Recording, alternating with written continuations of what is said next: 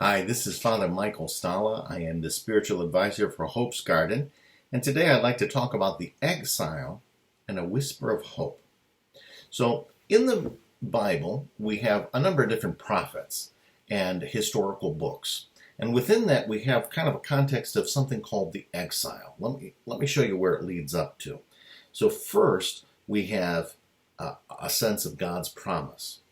God promises to Moses, I'm going to free your people from the Egyptians and wander in the desert, but you're eventually going to get to the promised land.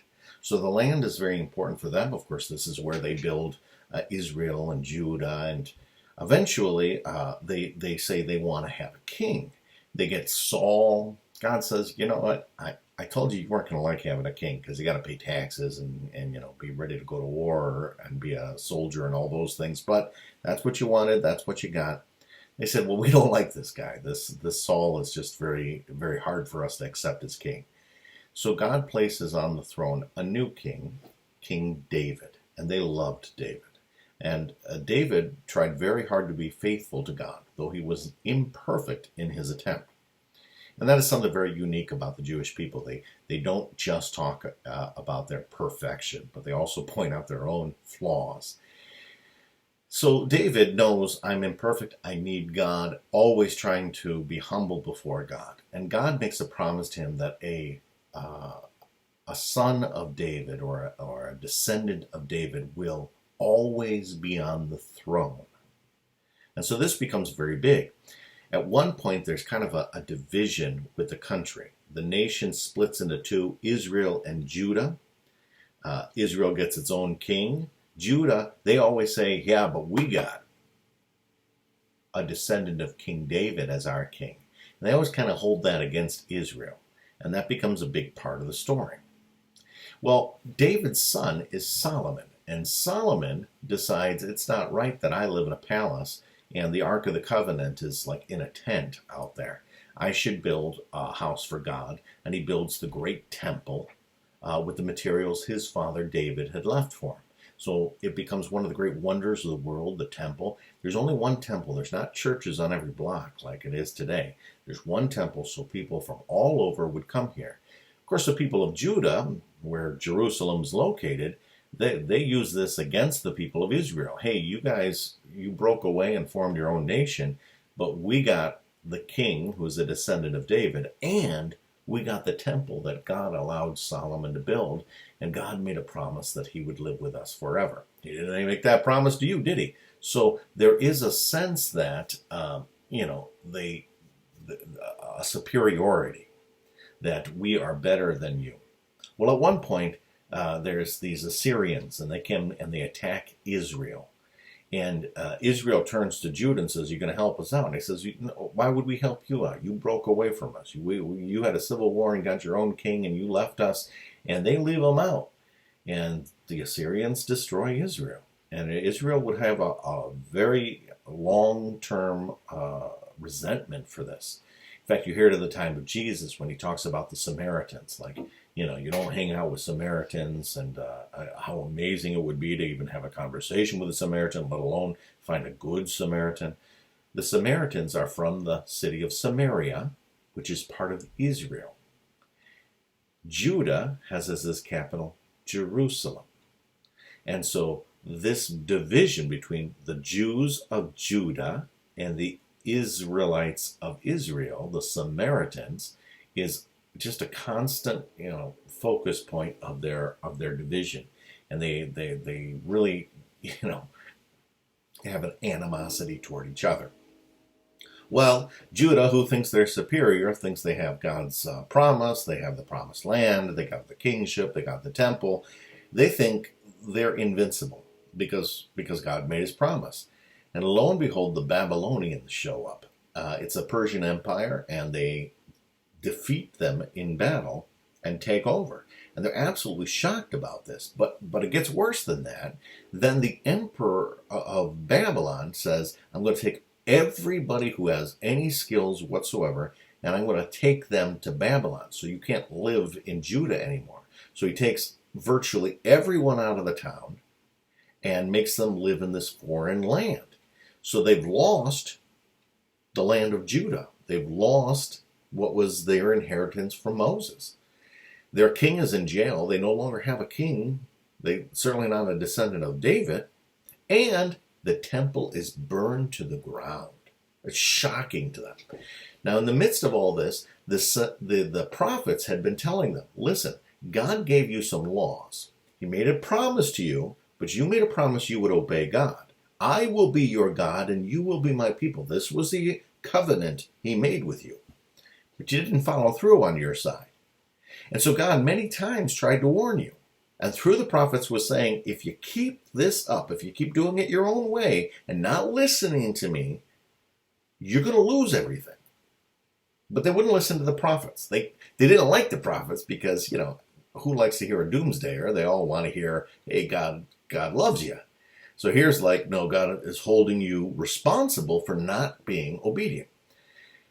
It ends up that then the prophets have to come back and they basically say, I told you so. While they're in Babylon, they still have access to Isaiah in particular. But there were others. There were many who had talked to them about this. And it was Hosea who talked about it as being a kind of a marriage situation. Even Jeremiah and Isaiah would kind of hint at this as well. Hosea would say, it's like an unfaithful spouse. God made this covenant with you, and then you weren't faithful to him. God was always faithful to you, but you weren't faithful to him. And to really emphasize this point, God asked Hosea to marry Gomer. And Gomer was a woman who had a very bad reputation. She was beautiful, but she wasn't known for her fidelity, for her chastity. And so while he was married to her, she was unfaithful to him. She cheated on him. And his heart was broken. And his friend said, you know what? Let's stone her to death. That's what the law says. He says, I love this woman. I'm not going to let that happen. Well, she cheats again. He goes, gosh. And his friends say, hey, we tried to warn you, man. Don't blame us on this. Well, he takes her back, and she cheats again. And the friends are like, I don't even want to associate with you anymore. And so Hosea is really heartbroken. He really, really loves Gomer, and he's really trying. But it just doesn't seem like she gets it. It's like she doesn't know how bad it hurts. She doesn't seem to know how much he loves her. And the more he loves her, the more it hurts when she does these things. Then Hosea makes this parallel. Is this what you feel like, God? Do you feel like every time we are unfaithful to your law, do we break your heart? As much as you try to show us how much you love us, we seem to ignore it and just continue to do sin. I had no idea you loved me this much. And if you love me this much, I must hurt you very deeply with my sins. And Hosea tells the people, this is how God feels. God is revealing his heart to us. Now this works for us today in in two different ways. One is sometimes we forget how serious sin is, how much it really offends God, how much he loves us, and how much it hurts him. So it inspires Hosea, as I hope it inspires us, not to sin anymore, not to be unfaithful. But there's another side. We have often been the victims of infidelity when others were unfaithful to us. And there is a level of consolation that God certainly knows what that feels like. And so we do have to connect our hearts with the Sacred Heart of Jesus. Well, as they're talking about this, they're now in exile, and they wonder, is God's promise over? Is his relationship, his covenant with us over? God begins to whisper through the prophets, he has a plan. And in this plan, he will return to you the covenant. And he's hoping that we will start something brand new, something much deeper. And he begins to talk about this, in particular, in the prophets who are saying we're going to go back to Jerusalem, but it's going to be like a new Jerusalem, a heavenly Jerusalem. Ezekiel talks about this in a certain way. The temple is just going to be amazing, better than ever. And is he talking about a physical temple or the physical land? And then there comes the kingship. He talks about a new anointed one who is in the line of King David. And he's talking about the Christ. But they begin to think it's like a warrior who's going to defeat the Babylonians and all their enemies, and eventually the Romans when they show up it's going to be something like that. But Jesus, of course, doesn't meet their expectations, but is the fulfillment of God's promise. And so they're given something better than just the land. They actually go back to Jerusalem, begin to rebuild the temple. In the time of Jesus, they were still rebuilding the temple. And they still don't have a king. The Romans are now in charge. But what they don't realize is Jesus becomes our king. When they crucify Jesus, they put over his head, Jesus the Nazarene, King of the Jews. And in fact, he is a king. He is a king unlike any king we've ever had. He has a crown of thorns, after all.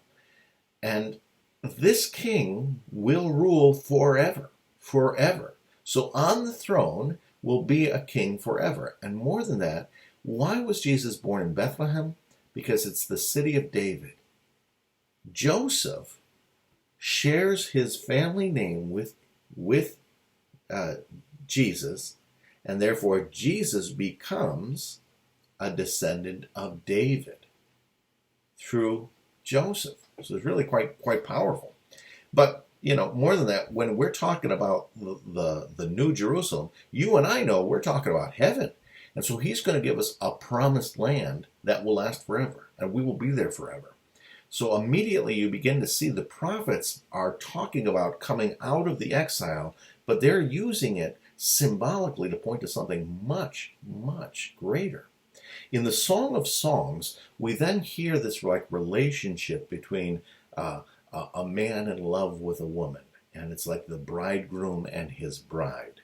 And the way that they talk, you might say, well, what are you talking about? It's just a poem between a bridegroom and a bride. Well, what's the issue? There's romantic stories all the time. But there's a definite connection, and it's included in the Bible because of this, of God's deep love for, in some way he would say, Jerusalem, the people of God, the chosen ones of God. But you could also say for us, who are destined to eventually go to heaven, to the promised land. And this imagery is just so powerful because it continues to show us the depths of God's love. Not only does our infidelity hurt him, but he was willing to change everything and form a new covenant to forgive all our transgressions so that we could be again in this loving marriage with God. That is God's ultimate plan, is to marry humanity with divinity. In the person of Jesus Christ, we have this. Jesus is 100% God and 100% human. We have the marriage of humanity and divinity. And where Jesus has gone, we hope to follow. If we join ourselves with Christ, we too will share in the inheritance he wants to give us.